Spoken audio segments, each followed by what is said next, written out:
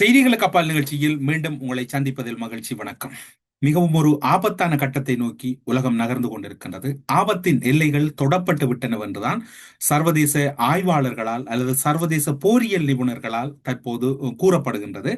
கிட்டத்தட்ட ஒரு ஆபத்தின் விளிம்பை உலகம் எட்டிவிட்டது. அந்த ஆபத்திலிருந்து எப்படி மனித சக்திகள் மீண்டு வரப்போகின்றன, அல்லது ஆபத்தின் எல்லைகள் அல்லது ஆபத்தின் கோடுகளிலிருந்து எப்படி இந்த மனித சக்திகள் ஒரு பாதுகாப்பான அமைதியான உலகத்துக்குள் திரும்ப போகின்றன என்கின்ற தகவல் தான் இப்போது உலக அளவிலே பெரும் பேசுபொருளாக இருக்கின்றது. ஆனால் பல நாடுகள் சுமூகமான நிலையில் இயங்கிக் கொண்டிருந்தாலும் உலகில் ஏற்பட்டிருக்கக்கூடிய இந்த பேர் அனர்த்தம் அல்லது பேர் ஆபத்திலிருந்து எப்படி மீளப்போகின்றது என்கின்ற பலத்த சந்தேகங்களும் பலத்த ஏக்கங்களும் பலர் மத்தியில் இருப்பது யாரும் தவிர்த்து விட முடியாது. இவ்வாறான சூழ்நிலையில் ஈரானினுடைய 2 விமானிகள் ஓர் ஆபத்தான பயணத்தை மேற்கொண்டிருந்தமை தற்போது வெளிவந்திருக்கின்றது. கட்டாரில் இருக்கக்கூடிய அல் உதை விமான நிலையத்தை நோக்கி மிகவும் தந்திரோபாய ரீதியான ஒரு பயணத்தை மேற்கொண்டிருக்கிறார்கள். அவை இறுதி நேரத்திலே முறியடிக்கப்பட்டிருக்கின்றன. இது கிட்டத்தட்ட அந்த விமானிகளுக்கு தெரியும், இந்த பயணம் என்பது தங்களால் மீண்டு வர முடியாது, அல்லது ஒருவேளை சென்றால் கூட திரும்ப முடியாது என்பது அவர்களுக்கு தெரியும். இருந்தாலும் கூட அந்த பயணத்தை அவர்கள் மேற்கொண்டிருந்தார்கள். மார்ச் 2ஆம் தேதி திங்கட்கிழமை அதிகாலை அளவிலே ஈரானினுடைய 2 விமானிகள் SU-24 போர் விமானத்திலே பறப்பிலே ஈடுபட்டார்கள். அவர்கள் சென்ற இடம் 10,000க்கும் அதிகமான அமெரிக்க துருப்புக்களை கொண்டுள்ள கட்டாரில் உள்ள அல் உதை விமான நிலையமாகும். இது உலகின் பிரம்மாண்டமான ரேடார் அமைப்புகளை கொண்ட அமெரிக்க தளமாகவே இது இருந்து கொண்டிருக்கின்றது குறிப்பிடத்தக்கது. குறித்த தளத்தின் மீது தாக்குதல் நடத்துவது என்பது அமெரிக்காவின் குடலில் தாக்குவதற்கு சமனானதாக போரியல் நிபுணர்கள் கூறுகின்றார்கள். ஏவுகணைகள் மற்றும் ட்ரோன் மூலம் தளத்தை முற்றிலுமாக முடக்குவது சாத்தியமற்றது. குறித்த தளத்தை ட்ரோன் தாக்குதல் அல்லது ஏவுகணை தாக்குதல் மூலம் முடக்குவது என்பது அசாத்தியமானது. எனவே ஈரானிய விமானப்படையின் போர் விமானங்களை அனுப்பி அதன் மீது ஒரு கனரக தாக்குதலை நடத்துவதற்கு ஈரான் திட்டமிட்டிருந்தது. திட்டமிட்ட வகையில் அவர்களும் பறப்பில் ஈடுபட்டார்கள். கடற்பகுதியாக மிகவும் தாழ பறந்து அவர்கள் ஈரானினுடைய தாக்குதல் விமானங்கள் கட்டாரில் இருக்கக்கூடிய அல் உதை விமான நிலையத்தை நோக்கி நகர்ந்தது. அது கிட்டத்தட்ட நெருங்குகின்ற தருவாயில் 2 நிமிடங்களுக்கு முன்னர் கட்டாரில் இருக்கக்கூடிய அல் உதை விமான நிலையத்தினுடைய தானியங்கி ரேடார் கருவிகள் இயங்க ஆரம்பித்த போது இந்த விமானம் கடல் பகுதியிலே தகர்க்கப்படுகிறது. ரேடார் கருவிகளில் தங்களை உருமறைப்பு செய்து கொள்வதற்கு அல்லது தப்பித்துக் கொள்வதற்கு 80 அடி உயரத்தில் மட்டுமே அவர்கள் பறந்து கொண்டிருந்தார்கள். கிட்டத்தட்ட மிகவும் திறமையான விமானிகள் இவ்வாறான செயற்பாடுகளில் ஈடுபட்டிருந்தார்கள். இவ்வளவு தாழ்வாக பறந்தும் குறித்த விமானமானது மிகவும் கடினமான ஒரு பயணத்தை மேற்கொண்டிருந்தது. SU-24 போர் விமானங்கள் அங்கிருக்கக்கூடிய ரேடார் கருவிகளின் கண்களுக்கு தெரிந்தது என்றும், போர் விமானங்கள் குண்டுகள் மற்றும் ஏவுகணைகள் படங்களில் தெளிவாக தெரியும் என்றும் கூறப்படுகிறது. குறித்த போர் விமானமானது 80 அடி தாழ்வாக பறந்ததனால் பெரிய அளவில் தெரியவில்லை. ஆனாலும் கூட அது அந்த கருவிகளில் தெரிந்ததற்கான வாய்ப்புகள் இருப்பதாக CNN ஊடகத்தில் போரியல் நிபுணர் அவர்கள் உறுதிப்படுத்துகின்றார். இந்த விமானத்தின் பறப்பு தொடர்பில் மற்றும் பெட்ரியாட் பாதுகாப்பு அமைப்பு தங்களுக்கு காத்திருக்கிறது என்பதை ஈரானிய விமானிகளுக்கு தெரியும். இந்த ஆபத்து என்பது ஈரானிய விமானிகளால் முழுமையாக உணரப்பட்டது. கத்தார் விமானப்படையினரும் அதிநவீன அமெரிக்க F-15 போர் விமானங்கள் உள்ளன.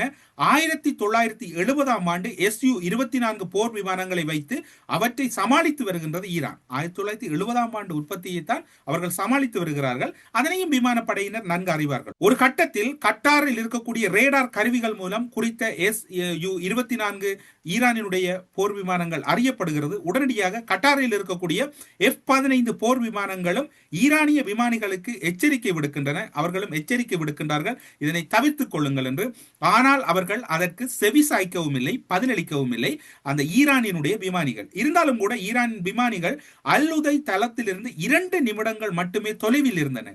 அந்த அல்-உதை விமான நிலையத்தை அண்மித்து விட்டார்கள். 2 நிமிடங்கள் மட்டுமே அவர்களுக்கு தாக்குதலுக்காக காத்திருக்கின்றது. 2 நிமிடங்கள் மீறி இருந்தால் அல்-உதை விமான நிலையம் முழுமையாக தாக்குதலுக்கு உள்ளாகி இருக்கும். அமெரிக்காவினுடைய குடல் பகுதி அங்கு துண்டிக்கப்படக்கூடிய ஒரு பேர் ஆபத்து இருந்தது. அதே நேரத்தில் கட்டாரின் விமானப்படை ஈரானினுடைய SU-24 அந்த போர் விமானத்தை சுட்டு வீழ்த்துகிறது. இவ்வளவு பழைய போர் விமானத்துடன் விமானிகள் பணிக்கு மிக அருகில் வந்தார்கள் என்பது மிகவும் ஆச்சரியத்தை ஏற்படுத்தியிருக்கிறது.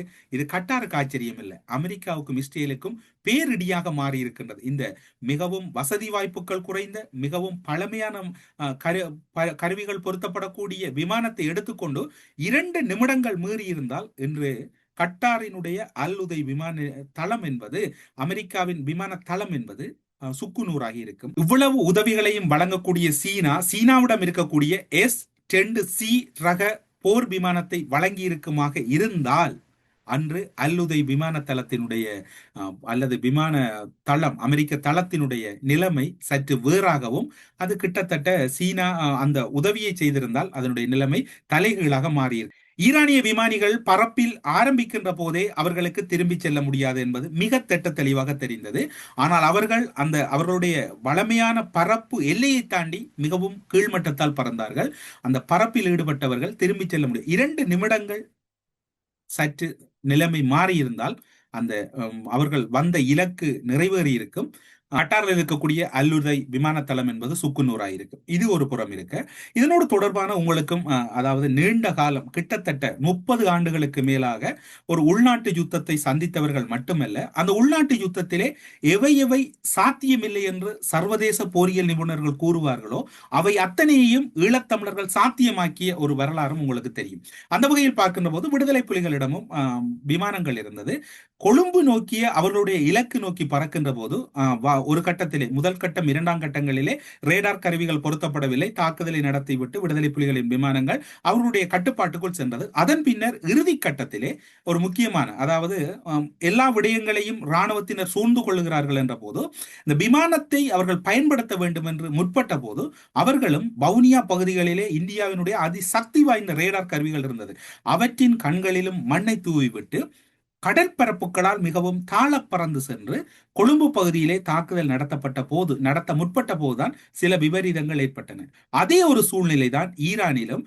இவை ஒரு ஆபத்தான பயணம், இவற்றில் திரும்ப முடியாது என்று எதிர்பார்க்கப்பட்ட போதும் ஈரானில் இருக்கக்கூடிய ஈரானினுடைய விமானத்தளம், கடற்படை தளம் எல்லாம் முழுமையாக சுக்குநூறாகி கொண்டிருக்கின்ற போது அவர்களிடம் இருந்த 2 விமானங்களில் ஒரு இறுதி முயற்சியை மேற்கொண்டிருக்கிறார்கள். அந்த இறுதி முயற்சி அவர்களை பொறுத்தவரையில் பலனளிக்கவில்லை என்று கூற முடியாது.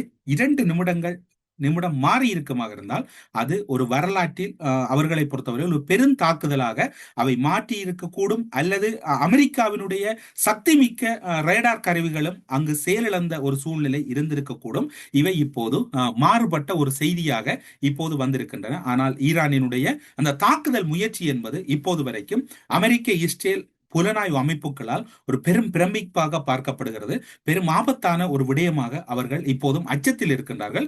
ஈரானை பொறுத்தவரையில் இப்போது விமானப்படை இல்லை என்று கூறினாலும் அதனையும் கூட அவர்களால் முழுமையால் நம்ப முடியாமல் இருக்கிறது. காரணம், இது ஒரு உண்மையான செய்தியா அல்லது இதற்கு மேலதிகமாக அவர்கள் நிலக்கீழ் பகுதியிலே எதுவும் விமானத்தை இயக்கக்கூடியவர்களா என்கின்ற சந்தேகம் இருக்கின்றது. விடுதலை புலிகளை பொறுத்தவரையிலும் அவர்கள் இறுதிக்கட்டத்திலே விமானப்படையை பயன்படுத்த வேண்டும் என்கின்ற ஒரு நிர்பந்தம் வருகின்ற போது, அந்த பகுதிகள் எல்லாம் இராணுவத்தினால் சுற்றி வளைக்கப்பட்ட போது அந்த விமானத்தை அவர்கள் கடற்பகுதியால் மிகவும் தாழ பறந்து சென்று கொழும்பு பகுதியிலே தாக்குதலுக்கு முற்பட்டார்கள். அதில் சுட்டு வீழ்த்தப்பட்டது, தாக்குதல் மேற்கொள்ளப்பட்டது என்றெல்லாம் பதிவுகள் இருக்கின்றன. அதே ஒரு சூழ்நிலை தான் ஈரானிலும். விமானப்படை முழுமையாக அங்கு செயலிழக்கின்றது. விமானப்படையினுடைய விமானங்கள் அழிக்கப்பட்டு கொண்டிருக்கின்றன. அந்த நேரத்தில் இருந்த விமானத்தை கொண்டு பயன்படுத்த ஈரானினுடைய விமானப்படையினர் முயற்சி செய்தார்கள். அந்த 2 விமானிகளும் திறமையானவர்கள் என்றுதான் இப்போது சர்வதேச ஊடகங்கள், CNN அடங்கலாக அனைத்து ஊடகங்களும் கூறுகின்றன. இவை ஒரு மிக முக்கியமான செய்தி. ஊடகப்பரப்பிலே பெரிய அளவிலே பேசப்படாமல் இருந்த மிகவும் ஒரு முக்கியமான செய்தியாக பார்க்கப்படுகிறது. அதே நேரத்திலே இன்னும் ஒரு தகவல் நேற்று நள்ளிரவு வேளையிலே வைரல் ஆகிக் கொண்டிருக்கிறது. WTF என்கின்ற ஒரு குறுஞ்செய்தி பகிரப்பட்டதாக கூறப்படுகிறது. இந்த செய்தி என்பது மிகவும் ஒரு ஆபத்தான அல்லது மிகவும் எச்சரிக்கையான ஒரு செய்தி என்றுதான் கூறப்படுகிறது. நெத்தனியாகுவை நோக்கி இந்த குறுஞ்செய்தி பகிரப்பட்டிருக்கிறது. இஸ்ரேல் ஈரானின் டெஹ்ரான் பகுதியில் உள்ள எண்ணெய் சேமிப்பு கிடங்குகள் மீது தாக்குதல் நடத்தியிருந்தது. தாக்குதல் நடத்தியதில் மில்லியன் கணக்கான எண்ணெய் சேகரிக்கும் குதங்கள் பாதிக்கப்பட்டன. குறித்த பகுதிகளில் தீப்பற்றியது. அதிகளவான தீப்பரவல்கள் அல்லது வெடிப்புகளால் வானை நோக்கி அந்த எண்ணெய்கள் மேல் சிதறியதோடு மட்டுமல்லாது ஒட்டுமொத்த வான் மண்டலமும், ஈரானுடைய வான் மண்டலமும் கரும்புகையாக மாறியது. அதன் பின்னர் பெய்த மழைகள் ஒயிலாக அல்லது எண்ணெய்களாக அங்கு அந்த மழைகள் பெய்ததாக சர்வதேச ஊடகங்கள் செய்தி வெளியிட்டன. இதனால் கோபமுற்ற டொனால்ட் ட்ரம்ப் அவர்கள் எண்ணெய் சேமிப்பு இடங்கள் அல்லது எண்ணெய் சேமிப்பு குதங்கள் மீதான தாக்குதல் என்பது ஒரு ஆபத்தை எதிர்காலத்தில் உருவாக்கிவிடும். இந்த எண்ணெய் சேமிப்பு எதிர்காலத்தில் எதிர்காலத்தில் குறைந்துவிடும். இவ்வாறான தாக்குதல் இடம்பெறுவது என்பது அனுமதிக்க முடியாது. குறிப்பாக பெரும் பாதிப்பு எதிர்காலத்தில் ஒட்டுமொத்த உலகுக்கும் வந்துவிடும். ஒருவேளை இந்த தாக்குதல் என்பது அனுமதிக்க முடியாது என்கின்ற கோபத்தில் தான் டொனால்ட் ட்ரம்ப் அவர்கள் WTF என்கின்ற அந்த எச்சரிக்கை குறுஞ்செய்தியை அனுப்புகிறார். அந்த செய்தி என்பது நத்தனியாவுக்கு அனுப்பப்பட்டிருக்கிறது.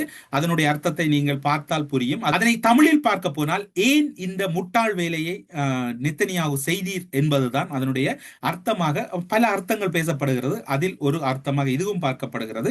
குறிப்பாக சொல்ல போனால் டொனால்ட் ட்ரம்ப் அவர்கள் இன்று வரையும் நம்பக்கூடிய ஒரு விடயம் என்னவென்று சொன்னால், அரசை சேதப்படுத்தலாம், ஈரானிய அரசு மீது தாக்குதல் நடத்துங்கள், பொதுமக்கள் மற்றும் பொதுமக்கள் பயன்பாட்டில் இருக்கக்கூடிய பொதுமக்களுக்கு நலன் பயக்கக்கூடிய விடயங்களில் தாக்குதல் நடத்த வேண்டாம். ஒருவேளை எதிர்காலத்தில் ஈரானில் ஆட்சி மாற்றம் ஒன்று ஏற்படுகின்ற சூழ்நிலையில் பொதுமக்கள் எங்களுடைய அரசுக்கு எதிராக அல்லது அமெரிக்காவுக்கு எதிராக திரும்பி விடுவார்கள். இந்த விடயத்தில் மிகவும் முட்டாள்தனமாக நடந்து விடாதீர்கள் என்கின்ற ஒரு சுயநலமான போக்கை கடைபிடித்துக் கொண்டிருக்கின்றார். கிட்டத்தட்ட சொல்ல போனால் டொனால்ட் ட்ரம்ப் அவர்களுக்கு இப்போது மறைமுகமாக ஒரு அச்சம் அல்லது பச்சாத்தாப நிலையை நோக்கி நகர்கிறார். அல்லது நான் நெத்தனியாகுவை கண்டிக்கிறேன், அவருடைய தாக்குதல் வியூகங்களை கண்டிக்கிறேன், எனவே நான் ஈரானோடு இப்போது பேச்சுவார்த்தைக்கு தயாராக இருக்கிறேன், நானே மத்தியஸ்தம் வைக்கிறேன் என்று இன்னும் ஓரிரு நாட்களில் அவர் கதைத்தால் கூட ஆச்சரியப்படுவதில்லை.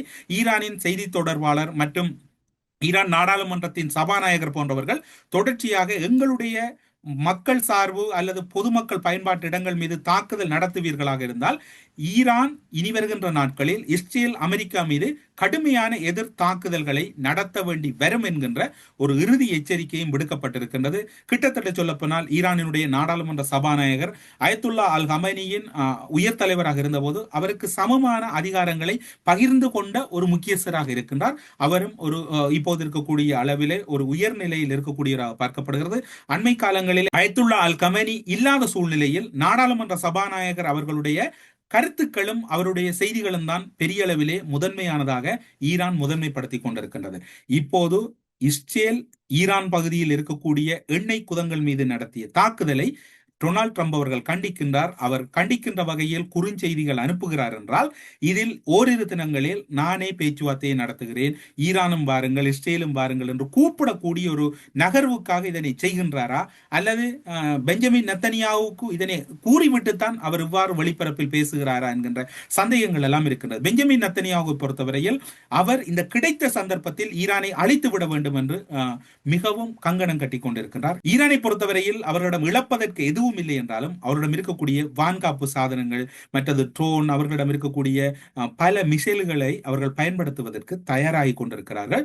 அவர்கள் ஒவ்வொரு நாள் இரவிலும் இஸ்ரேலினுடைய தலைநகரத்தை அண்டிய மற்றும் பகல பகுதிகள் மீது தொடர் தாக்குதலை நடத்துகிறார்கள். மத்திய கிழக்கு மீது தாக்குதல் நடத்துகிறார்கள்.